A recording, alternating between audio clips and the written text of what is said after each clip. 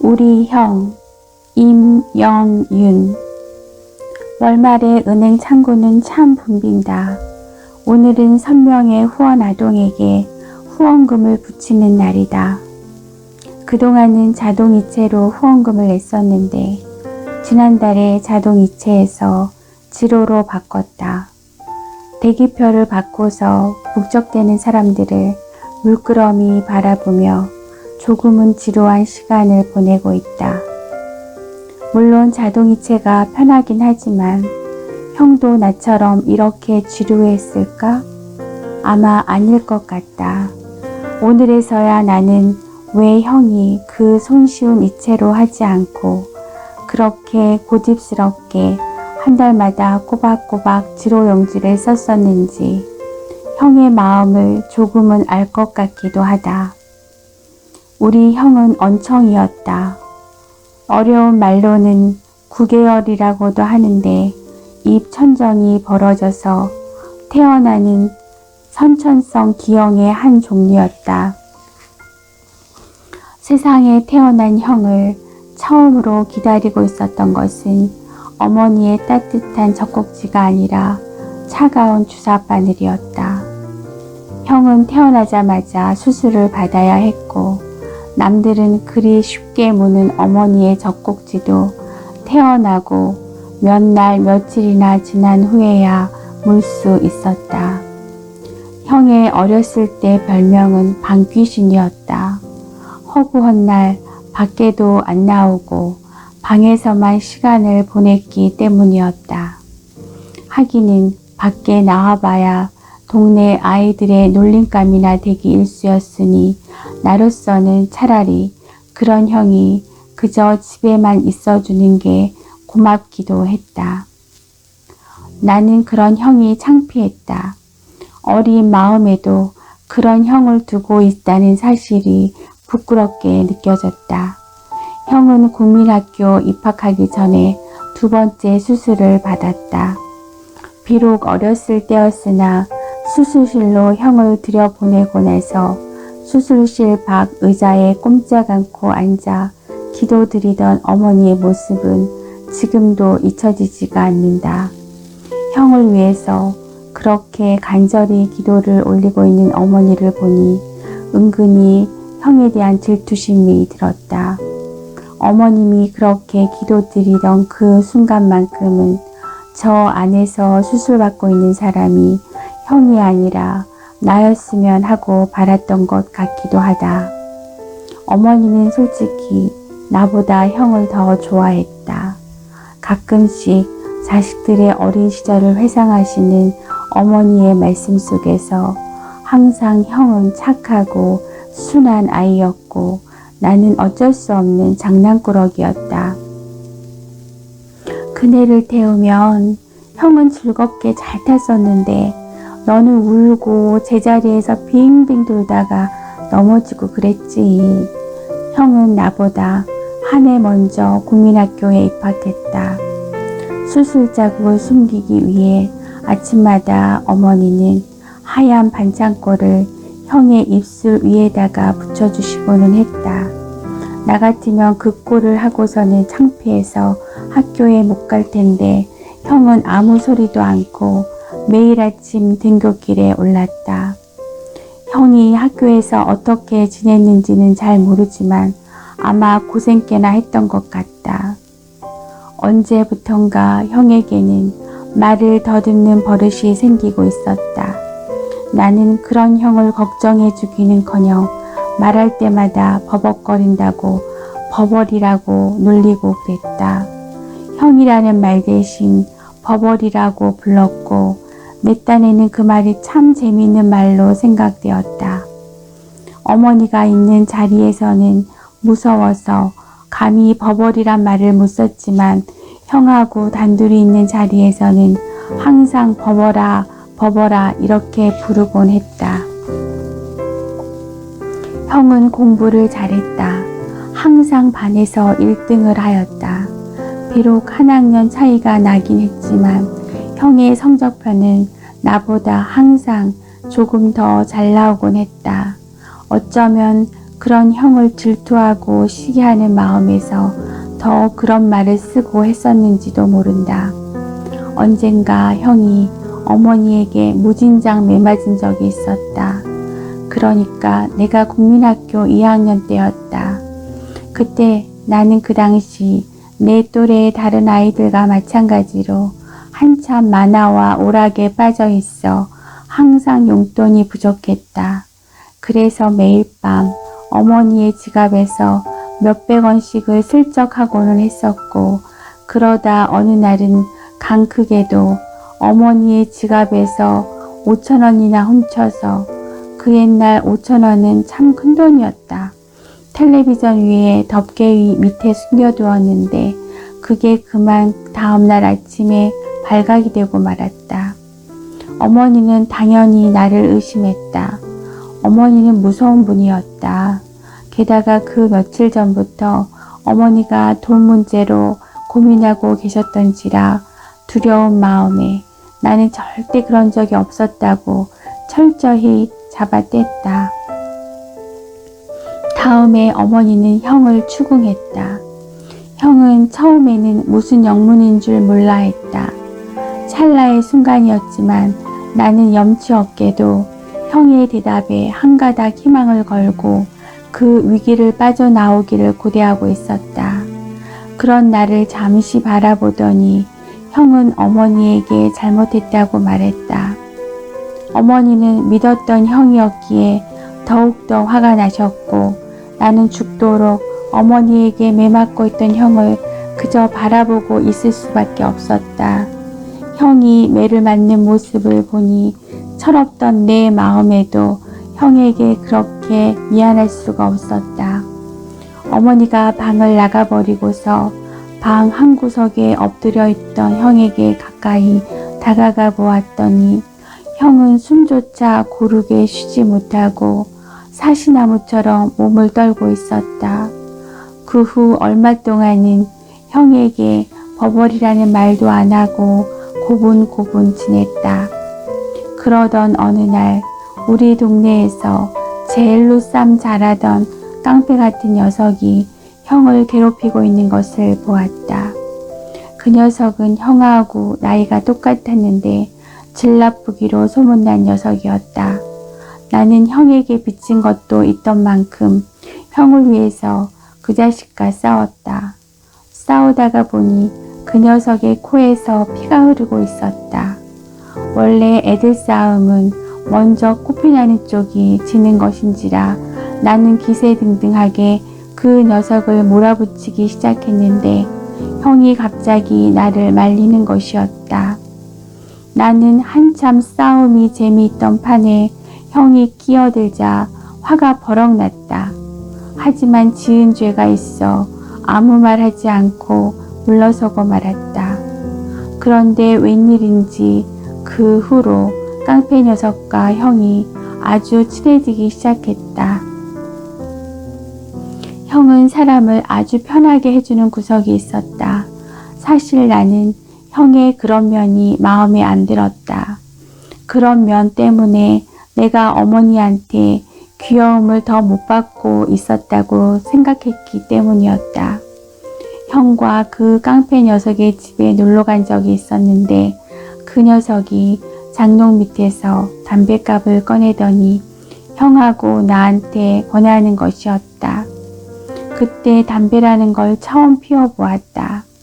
형과 나는 콜록콜록대며 피웠는데 그걸 본 그 깡패 자식이 좋아라 웃던 기억이 난다. 형은 국민학교 5학년 때 3번째 수술을 받았다.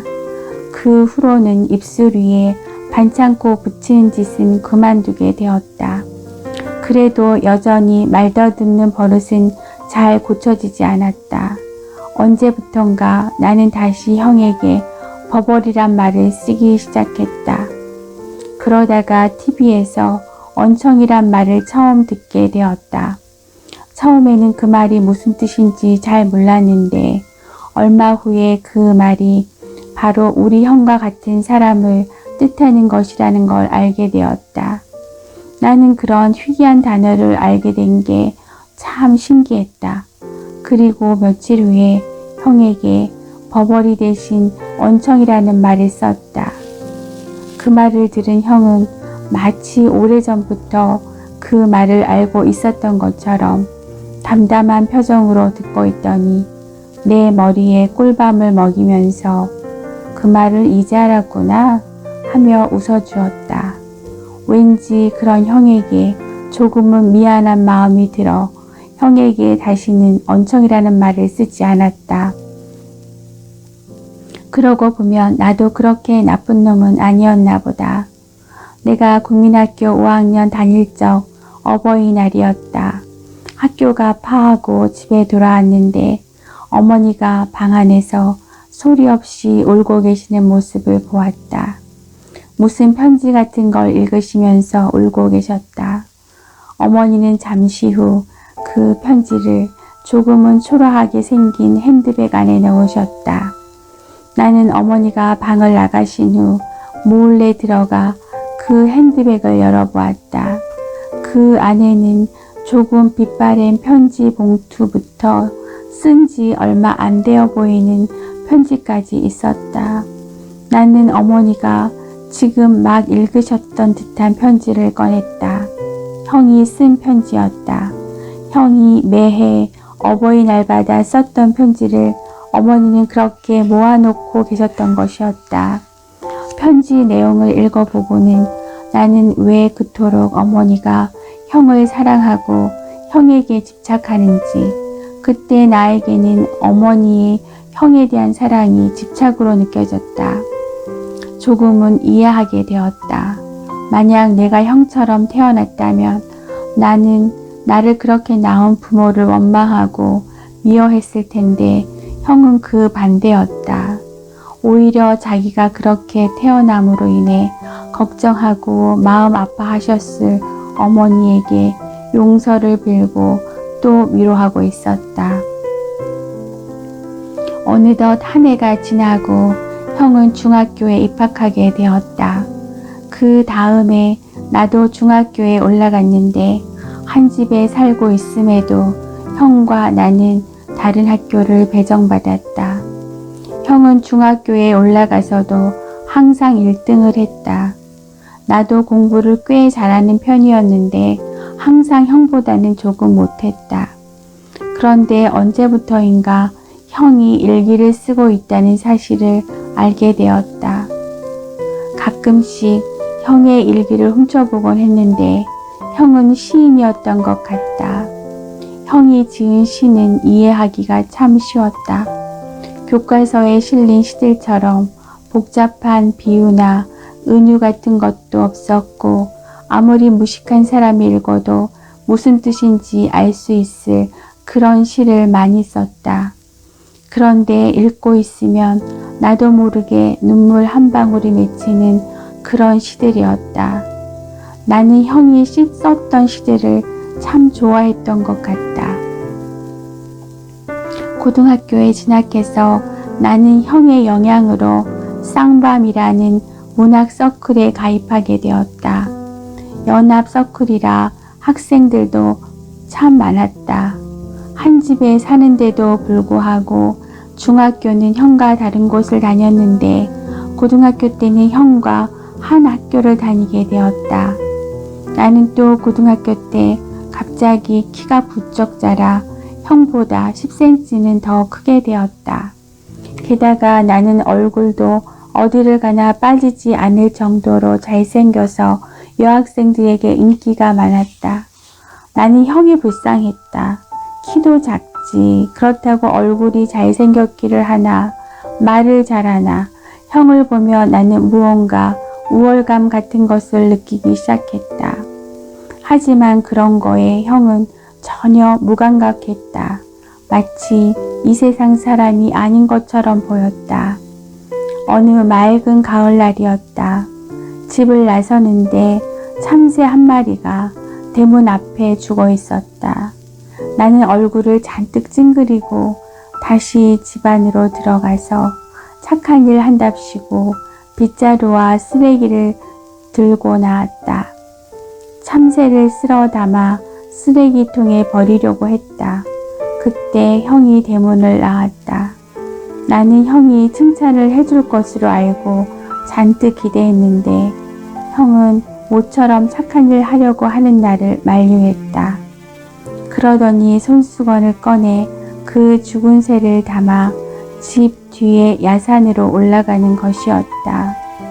나는 학교가 늦을까봐 미리 집을 나섰다. 형은 그날 지각을 해서 운동장에 가서 기합을 받았다.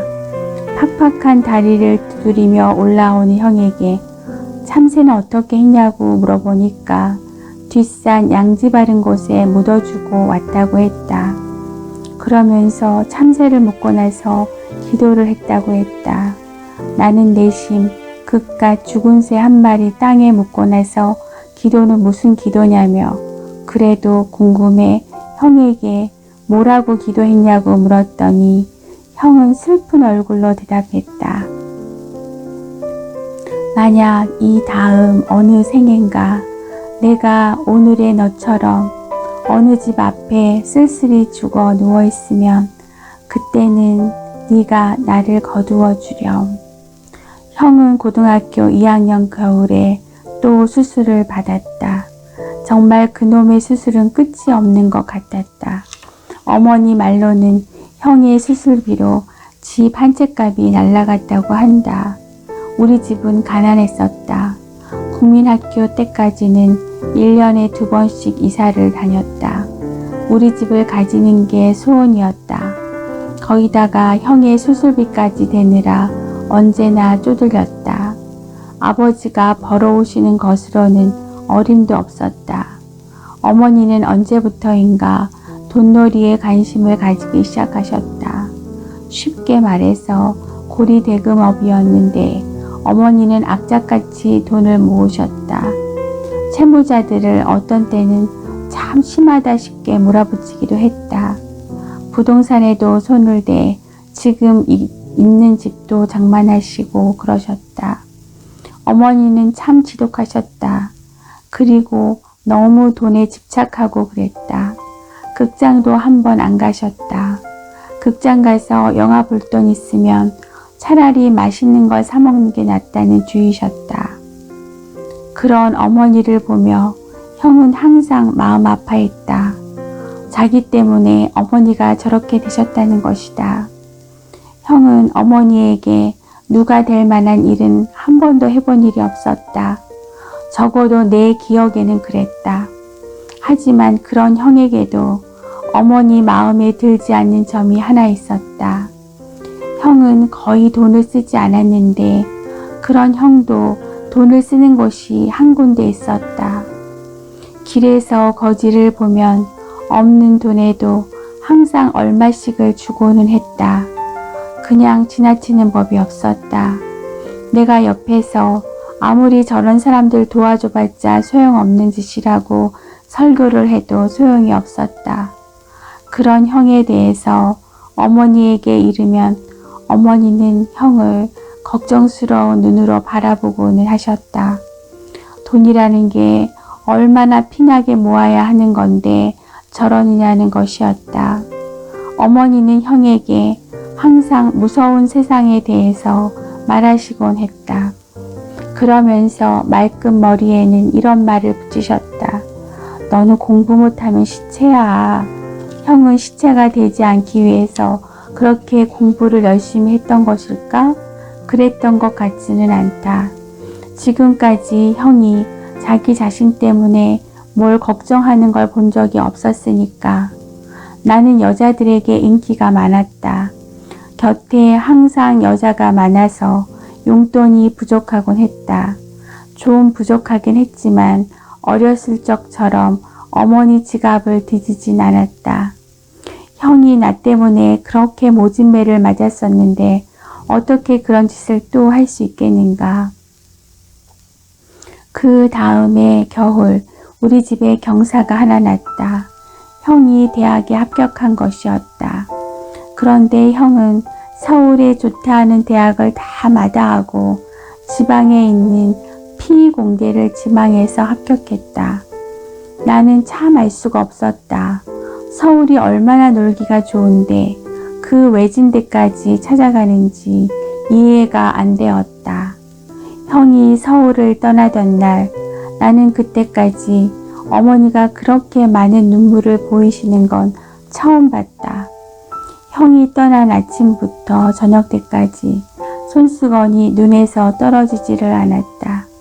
그런 어머니가 보기 싫어 그날은 혼자서 시내를 배회하다가 집에 돌아왔다. 있을 때는 잘 몰랐는데 형이 없어지니까 집안이 텅 빈 듯한 느낌이 들었다.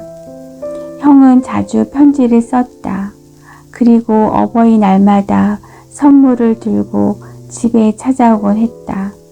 그런데 재미있는 점은 형은 어머니 생일날에는 선물을 하지 않는다는 것이다. 꼭 어버이날 그렇게 선물을 들고 오고는 했다. 참 아직까지 말하지 않는 게 하나 있는데 형하고 어머니는 생일이 같다. 어머니 말로는 예정일을 보름이나 당겨서 태어나면서 어머니의 생일에 태어났다고 한다. 그리고 띠까지 같았다. 그렇게 되기도 참 힘들 것 같은데 어쨌든 형하고 어머니는 전생의 인연이 참 깊었나 보다. 형은 어머니 생일날 태어난 걸 항상 어머니에게 미안하게 생각했다. 즐거워야 할 어머니의 생일날 자신이 그렇게 끔찍한 모습으로 태어나 어머니를 슬프게 한 것이 그렇게 마음의 못이 되었었나 보다. 그러고 보니 형에게는 100일 사진도 없고 돌사진도 없다. 언젠가는 형이 어버이날 어머니 선물로 비싼 지갑을 사온 적이 있었다. 어머니도 참 그 선물을 보시고는 대뜸 하신다는 말씀이 지갑은 벌써 하나 있는데 가서 다른 걸로 바꿀 수 없냐? 그런 말씀을 하시는 어머니를 보며 형은 그저 빙그레 웃기만 했다. 하지만 어머니는 그 후 그 지갑을 항상 곁에 지니고 다니셨다. 마치 형의 분신이라도 되는 것처럼. 형은 대학교 2학년 겨울에 또 수술을 받았다. 정말 끝이 없을 것 같던 형의 수술도 그게 마지막이었다. 그때는 집안도 넉넉해져서 형의 수술 비용이 별로 부담이 되지 않았다. 그런데 수술 일자가 개강과 이상하게 맞물려서 형은 할 수 없이 한 학기 동안 휴학을 하게 되었다. 어머니는 무척 기뻐하셨다. 형의 얼굴도 많은 수술 덕분인지 약간의 수술 자국을 제외하고는 어느새 정상이 되어 있었다. 하지만 솔직히 말해 형과 20년 넘게 살아오면서 형의 얼굴이 이상하다는 생각을 해본 적은 별로 없었던 것 같다. 한편 학력고사에 한 번 낙방했던 나도 힘든 재수 끝에 용케 Y대에 입학할 수 있었다. 그해 3월부터 8월까지 우리 집은 참 행복했다. 나는 어머니에게 어렸을 적 형이 매맞았던 사건에 대해 사실대로 말씀드렸고 어머니는 마치 그럴 줄 알았다는 듯이 웃으시며 형과 나를 바라보았다. 형은 밤마다 어머니가 잠드실 때까지 어깨며 팔다리를 주물러 드리고는 했다. 어머니는 나보다 형이 주물러 드리는 걸 더 좋아하셨다. 형이 안마를 해주면 그렇게 편하고 좋을 수가 없다는 것이었다. 아마 어머니는 사하라 사막 한가운데라도 형만 옆에 있으면 행복해 했을 것이다. 매일같이 웃음꽃이 피었다. 8월이 되자 형은 복학을 했다. 어머니는 떠나는 형을 보내기가 못내 아쉬웠던지 한 학기 더 휴학하면 안 되느냐고 형에게 말했다. 형은 어머니의 손을 꼭 잡고 언제까지나 어머니 곁에 있을 거라고 말했다. 그러더니 포항으로 떠나버렸다. 그렇게 몇 달이 흐르고 있었다. 날짜를 세어보니 조금 있으면 어머니의 생일이자 형의 생일이겠구나 싶었다. 어머니의 생일이 일주일 정도 남았을 때 그날은 왠지 기분이 참 안 좋았다. 어머니는 나보다 더 심하게 느끼시는 것 같았다. 어머니 말씀이 마치 심장이 위로 올려붙는 것 같은 느낌이 든다고 말하셨다. 그리고 숨을 거칠게 몰아쉬셨다. 나는 어머님이 어딘가 편찮으셔서 그러는가 생각했는데 어머니는 형을 걱정하고 계셨다. 아무래도 형에게 무슨 일이 생긴 것 같다는 것이었다. 그렇게 하루 종일을 초조하게 보내시던 어머니가 전화 한 통을 받더니 금세 얼굴이 새하얗게 변해버렸다. 형이 교통사고를 당했다는 것이었다. 어머니와 나는 불이 나게 형이 있는 포항으로 내려갔다. 의사 선생님 말이 머리에서 피를 너무 많이 흘려 소생할 가망이 없다는 것이었다. 오히려 지금까지 숨이 붙어 있는 게 기적이라고 말했다. 하얀 시트를 가슴 위까지 덮은 형이 얼굴에 산소 마스크를 하고 누워있는 모습이 보였다. 형의 머리맡에 놓여진 오실로스코프에는 간신히 이어지고 있는 형의 맥박이 보였다. 어머니는 초점이 흐려진 눈동자로 하염없이 눈물을 흘리시면서 한 걸음 한 걸음 형에게 다가가셨다. 그러시더니 떨리는 두 손을 모아 누워있는 형의 손을 꼭 잡으셨다. 그 순간이었다. 연약하게 뛰던 형의 맥박이 조용히 긴 수평선을 그리기 시작했다. 마치 사랑하는 어머니를 여태 기다리다가 그제서야 안심하고 떠나는 것처럼. 차도를 무단 횡단하던 어떤 어린 여자아이를 트럭이 덮치려는 순간 형이 그 앞에 뛰어들었다는 것이었다.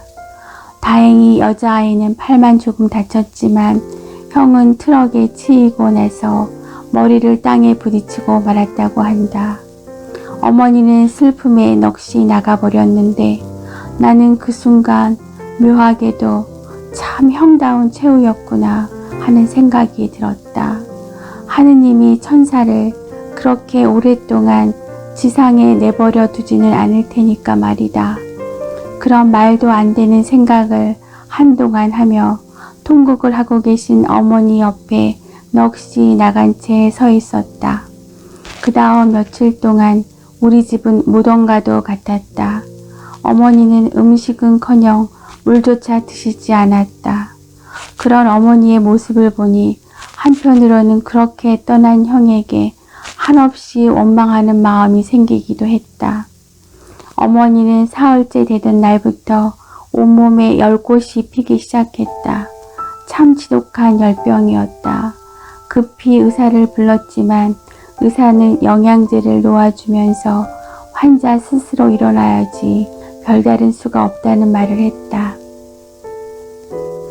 나는 어머니에게 산 사람은 어쨌든 살아야 할 거 아니냐고 설득했지만 어머니는 못 듣는 것 같았다. 시간이 흐르자 이제는 지쳐서 더 울지도 못하고 그냥 멍하니 누워만 계셨다. 그리고 밤이 되면 다시 고열에 시달리시고는 했다. 나는 두려운 생각이 들었다. 어머니는 마치 자신의 생일날, 아니 형의 생일날에 맞춰 돌아올 수 없는 저 먼 곳으로 형을 따라 가시려는 것 같았다. 어떻게 할 도리가 없었다. 드디어 어머니의 생일날이, 형의 생일날이 돌아왔다. 그날 아침 눈을 떠보니 밤새 눈이 내렸었는지 온 세상이 하얗게 반짝이고 있었다. 그리고 어머니와 평소 친했던 동네 아주머니들이 어머니를 위로하려고 한 분, 두 분 모여들었다. 아주머니들은 다들 한마디씩 위로의 말을 건넸지만 어머니는 눈조차 감으신 채 아무 말도 못 듣는 것 같았다. 나는 거의 자포자기 상태에 빠져들었다. 그러던 그날 오후였다. 초인종 소리가 들렸다. 나는 또 어느 동네 아주머니겠거니 하고 대문을 열어주었다. 그런데 정말 태어나서 그런 광경은 처음 보았다. 수백 송이의 꽃들이었다. 이제껏 그렇게 많은 꽃을 본 적이 없었다. 배달하는 사람도 이렇게 많은 꽃을 배달해 보기는 처음이라는 말을 했다. 하얀 눈밭 위에 수백 송이의 아름다운 꽃들이 펼쳐져 있었다. 정말 황홀하도록 아름다운 풍경이었다. 누가 보냈는가 보았더니 바로 형이었다.